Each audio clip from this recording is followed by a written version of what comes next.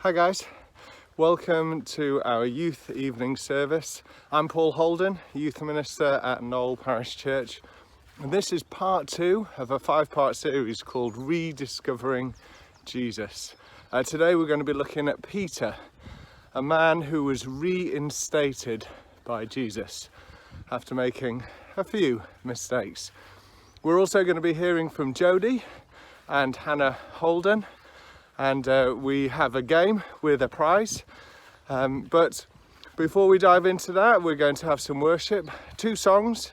The first one's a new one, it's called Beautiful by Phil Wickham, so feel free to find the words if you want to join in. And the second song is a collaboration put together by Philip Organ. Thank you, Philip. And it's the song You Were the Word at the Beginning. So I hope you enjoy the service. Thanks for joining us. You're beautiful.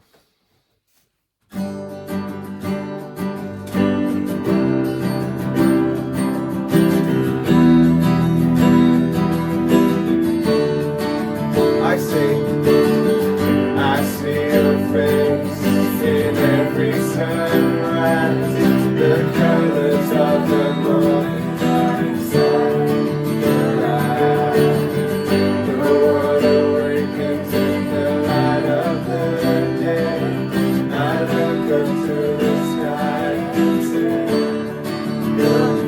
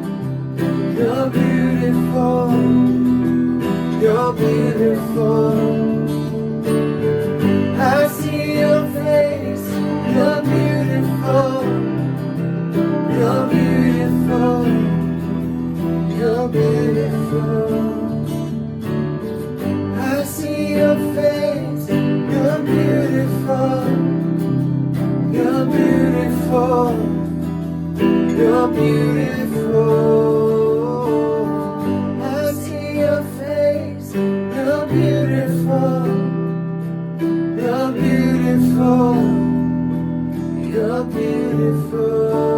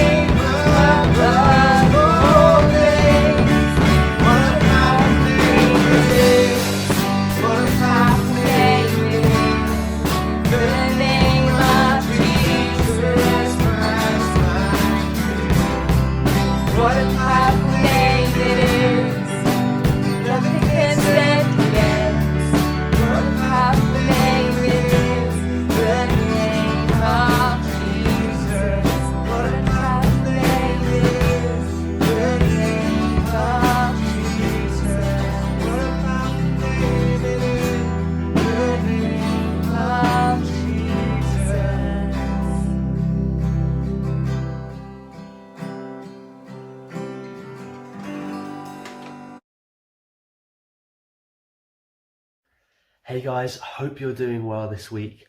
So bring in an activity again for this week. Today we're going to do some anagrams. You've got to rearrange the letters and figure out what that word is saying. Now there's something to do with what we're talking about. They relate to the topic, so they're not totally random. But here's the thing. Same as last week, first person to send me the answer, email, or if you want to, you can message me another way. The first person to send me the correct answer will win a prize. I'll let Paul know. So, I'm about to throw some up now. Good luck. But before I do that, sorry guys, this is future Henry now, Henry from editing. I am going to tell you a few things. Not just the first person who gets it right, but we're going to say like the first 5 people who get it right will get a prize. So, get on it. And actually, there's not going to be a load amount of time because it's hard to pause when premiering a video on YouTube. So use this time to write down the letters and maybe try and work it out afterwards. But you're going to have 12 seconds in total to write down the 3 different anagrams. Now I'm really going to throw them up. Good luck.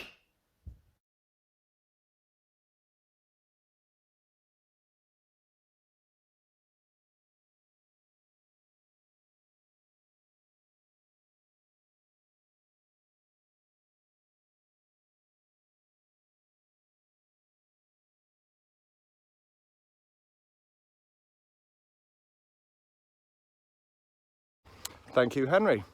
And I'm going to hand over now to Will and Emily, who have another great Bible reading for us, the Reinstatement of Peter.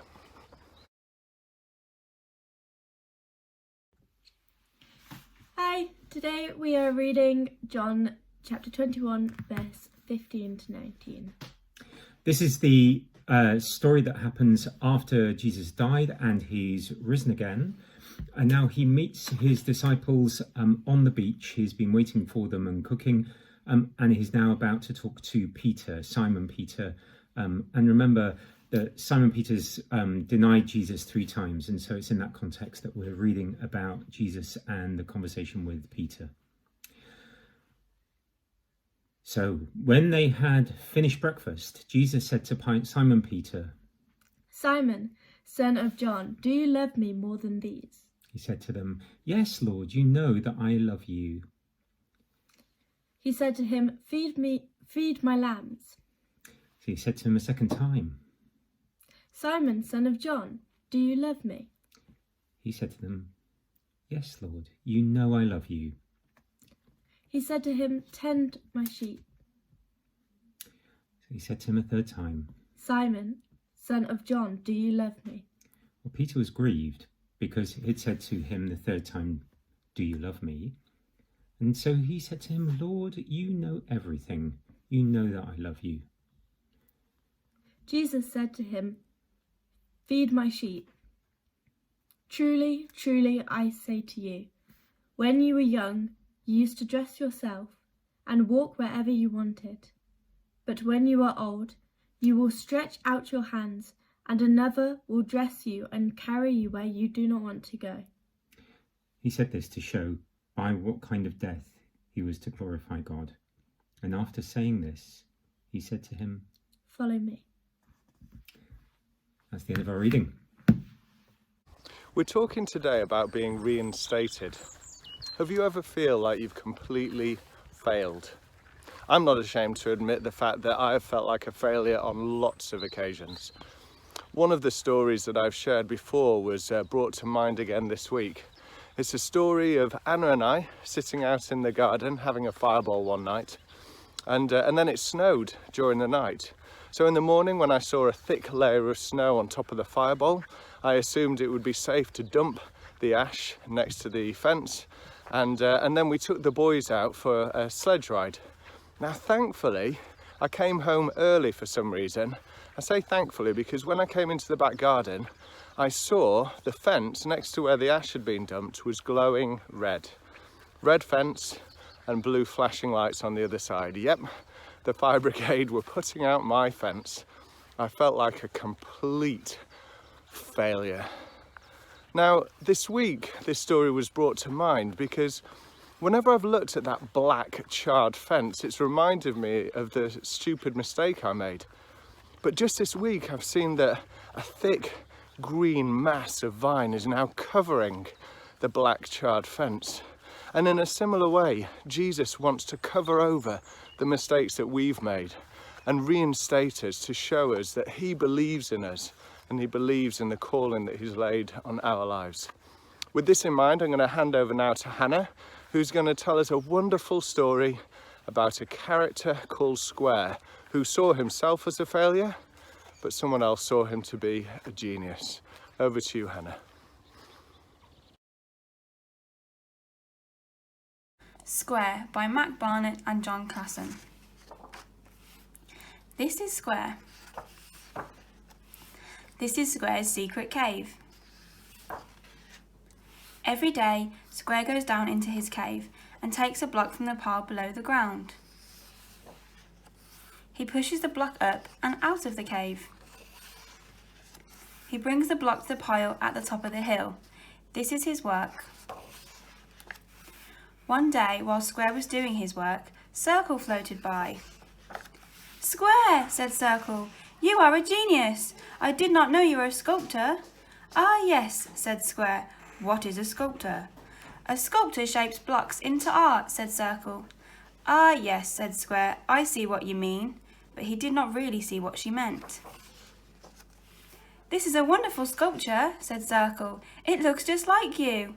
Square looked at his block. "Yes, I suppose it is wonderful." "Now," said Circle, "you must do one for me." "Oh," said Square, "I will come back for it tomorrow. Goodbye, genius." "Circle," said Square, "I think I should tell you something." But she was already gone. "Oh dear, dear, dear," said Square. He studied the block. "I have to make this block look like Circle," he said. "Circle is perfect, so I must make this perfect." Square got to work shaping the block. "Oh crumbs," said Square, "this is not perfect." "Oh dirt," said Square, "this is much worse." He went back to work. He worked and worked and worked and worked. "Ah!" cried Square. He had carved the whole block away. There was nothing left. He was surrounded by rubble. Whatever is the opposite of perfect, this is what this is. I must stay up all night and figure this out. Square fell asleep. The next morning, Square woke up wet. He despaired. "What have I done? I push blocks, I do not shape them. I am not a genius." "Hello, genius," said Circle. "I am early." "Oh dear," whispered Square. "Are you finished?" asked Circle. "Oh yes," said Square. "I am finished." Circle peered down. "Oh my," she said. It was beautiful. It was beguiling. "It is perfect," said Circle. "It is?" asked Square. "Yes," said Circle. "You are a genius," said Circle. But was he really? Thanks for that great reading, Hannah. What a lovely story, Square.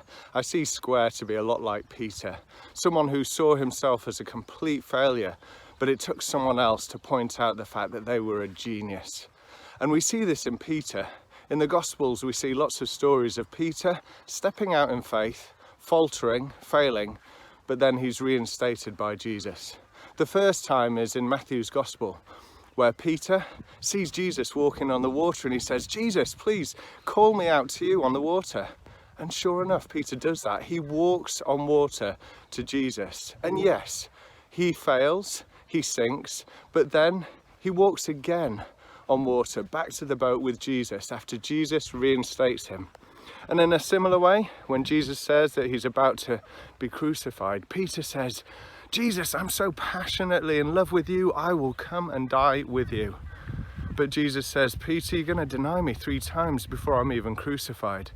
And sure enough, that happens. And Peter feels like a complete failure, to the point that even after Jesus is resurrected, Peter still doubts that Jesus will ever make use of him. In fact, he returns to a fishing boat because that's what he's comfortable with. And we see Peter fishing, and he catches no fish because he's not believing that Jesus is with him. But then when Jesus appears on the shore and tells him where to cast the net, we see a miraculous catch of fish again. And in a similar way, Jesus then reinstates Peter and he says, "Peter, do you love me?" Peter says, "I do, I love you. You know that, Lord." And Jesus says, "Feed my sheep." He's not calling him to be a shepherd of sheep like the ones you can see in the background, but a shepherd of people. He's calling Peter to be the rock upon which Jesus will build his church. And in a similar way, we often feel like we fail too much to be used by God, but Jesus wants to reinstate us. He wants to forgive our sins, cover over our mistakes, move us beyond our failures so that he can be glorified in our life. So in what areas of your life do you need to see that you are completely forgiven and you are reinstated by Jesus so that he can call you to be someone who glorifies him? I'm going to hand over now to Tash, who has a great reflection on a pioneering heart. So over to you, Tash. Hi guys, Natasha here. When I was growing up, going to Sunday school, we used to sing, "Be bold, be strong, for the Lord thy God is with thee." It came up in my mind again today. It's a song about courage and resilience, trusting in God and knowing that he is always with us. The message runs throughout the Old and New Testament. In the book of Joshua, the words are linked to him being called to lead the Israelites to cross over into new territory, to be a pioneer, the first to step up and step out. The same is required of us today, but that feels impossible in this lockdown, right? Let me put it to you that being bold and courageous might be more about having a pioneering heart, not dominating or taking land that belongs to others. What do I mean? I mean a heart that's unwavering, loving God so much that you feel compelled to act on his command, whether to be still or to move. When Christ asked Peter 3 times, "Do you love me?" he could just as easily have been saying, "Do you have a bold and courageous pioneering heart for me? Because that is what I require of you." His mission would require it. When Peter answers each time 30, 60, 100-fold, "Yes, Lord, you know I do," Christ establishes him, effectively mandating him to step up and out into his apostolic mission, aka feed my sheep. He doesn't dictate how, he just says, "Peter, if you are bold enough to love me, to really love me, then be bold, be strong, for I am always with you." He didn't use those words at that moment, but you can see where I'm going. In exchange for his radical forgiveness, Peter demonstrates his radical love by pioneering the church in Rome.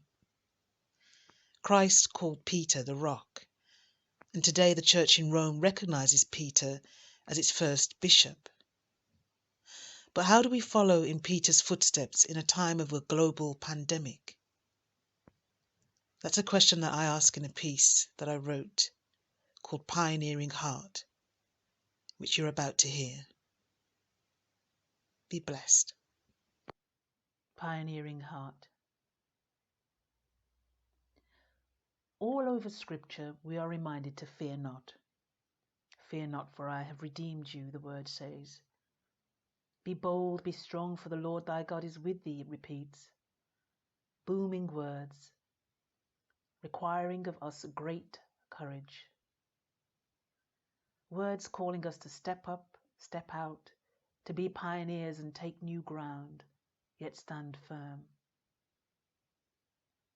But how do we do that when the environment is airborne with pollution, toxins and deadly pestilence? How do we take new ground when there's a virus so insidious that even the government is telling us to be still, or in the very least to limit our movement and socially isolate, or rather physically distance ourselves at this time? Perhaps it will help us to see that we are all virtual pioneers, not of physical territory, but to the state of our own hearts and minds. Being mission-focused is no longer about what's out there, but what's inside. It's about overcoming obstacles and crossing over from our own self-limiting ways of being. Behold, he is doing a new thing, and we are being realigned. Things have slowed down, so much so that we might be exposed to darker spaces within our internal terrain, and we might not be ready or willing to go there. But the more we allow Christ to pour his shalom to those hidden spaces, the more we rest in him. The more we rest in him, the more it signals that we are treating ourselves well. The more that we are treating ourselves well, the better able we are to love others. Often it is easier to drown out what's going on inside with noise and distraction, games and fluffy stuff. But as Ecclesiastes and poet T.S. Eliot state, there is a time for everything. We are being forced to cease, slow down and reflect on what really matters. And what a time to observe Passover. A time when God liberated his people from their bondage to slavery in Egypt. Mark this time as your new year, God tells them. It is no coincidence that this is a season of transition, a time to cross over to new and unexplored territories within our own hearts and minds. That is the new normal. This new normal is challenging how we connect and relate. We are literally to stay at minimum 2 meters apart from our neighbours, most of whom we have been socially distancing from for decades anyway. In this way, we are being challenged to be bold and courageous by not treading on the paths of others. Instead, we are to wait expectantly, keep our eyes fixed for the coming solution. This waiting is dynamic. Prayer makes it so. Engaging in the word makes it so. Christ was still, yet he moved so smoothly through the terrain of his own heart and mind with such grace, because he did not have to navigate any darkness within himself. His internal terrain was clear, which is why his encounters were so dynamic. Wherever he walked, the earth would shake, disturbing those with power and control. Despite being restricted by society and the regulations of the day, living under occupation of the Roman Empire, navigating and challenging rules and laws of the Pharisees and Sadducees, he operated in quiet wisdom and a deep state of shalom, an indescribable sense of peace which he leaves with us. But he understands our darkness, messiness, and stumbling. Yet he still calls out, "Fear not, I have redeemed you. I have called you by name. Keep your eyes fixed, for behold, I am doing a new thing." Christ understood Peter's darkness and stumbling, which ended up in betrayal, yet he still reinstated him to become his authentic self. We might be feeling lost, fragile, or in need of a sense of direction right now. Well, Christ is in the mystery, and it's okay to be uncertain. Perhaps for some of us at this time, it is hard to have a bold and pioneering heart like Peter. But let's try to be bold in our waiting. Be expectant.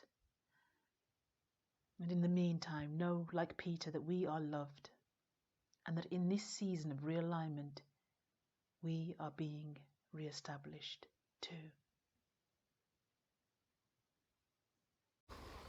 Thanks for that, Tash. And I'm going to hand over now to Jodie, who's going to tell us a little bit about life at university in Sheffield, about life in church and the Christian Union. So over to you, Jodie Kyler. Hey guys, it's Jodie Holden here, just here to talk to you about university and being a Christian. So start off with CU. CU is very easy to get into because during freshers there's a lot of reps that are happy to help you and giving out flyers to advertise events that they're holding during the week. And it's great if you socialise during freshers, going to like parties and stuff, because that helps you to meet people. And that's how I started going to CU. So I found a flyer, thought about it, I was like, oh, I really want to go. But obviously I'm quite shy, so it helps if I'm with someone. So I actually met someone during clubbing and found out that they're Christian, and we decided to go together, which really helped me because it made me feel more comfortable having someone that I knew there. And that really helped me to talk to other people as well, because I felt comfortable, and that actually helped me to make the friendships that I have now, that I'm living with as well, which is great. So CU, it's really good to get involved with CU, especially if you get on the team or with the band. So I decided to get involved with the band, so I was singing from the start, which is really good because that meant that I felt involved with the CU and that I belonged there, and it really helped me to bond with people because we used to meet up and do practices, which is really cool. So CU actually helped me to find a church as well, which is definitely good. So if you go to CU, you don't have to stress about finding a church because they will help you. They have reps in from different churches. They kind of talk to you about their church, and then if that church is like, if you find that you're interested in that church, you can go talk to them and they can go with you if you want. And yeah, so it isn't easy to find a church. So especially if you're trying to find a church like one from back home. So for the first year I was basically church hopping because I didn't really feel like I belonged anywhere. But then I ended up in Philadelphia, which is the first church that I went to. But then I've actually decided to move again. But yeah, it's just where you feel comfortable. Like, there's no pressure to stay in a church. They will ask you for your contact details only to support you when you are at that church. But don't feel like you have to stay there if you don't want to. And last thing is money. So university, there's a lot of freedom, a lot of independence. So it's very important that you have a budget, just so that you balance what you spend your money on. So you spend it on food, obviously like clothes when you need them, and a bit of like socialising stuff. But yeah, think wisely. Thanks. Let us pray. Thank you, God, for the forgiveness that you offer us through Jesus. Thank you that it's freely offered, and we can come to you with confidence, knowing that you will take on everything that we've done wrong, and that you give us clean, fresh starts over and over again. Lord, I pray that you would help us too to be forgiving people for those that have wronged us. I pray that you would help us to accept your forgiveness and to know that we needn't have any guilt or shame because you have forgiven us. Lord, thank you for this time that we have to reflect on that.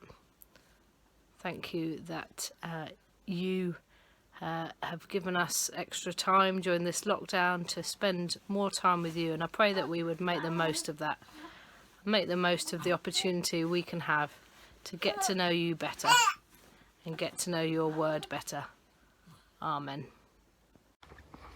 Thank you for joining us for this youth evening service. Don't forget, we'll be here at 6:30 next Sunday and every Sunday in May to continue this series of rediscovering Jesus. And can we encourage you in your own time during this time of social isolation to reflect on how you can personally rediscover Jesus in your life, believing that he wants to reinstate you just like he reinstated Peter. Thank you, and God bless you.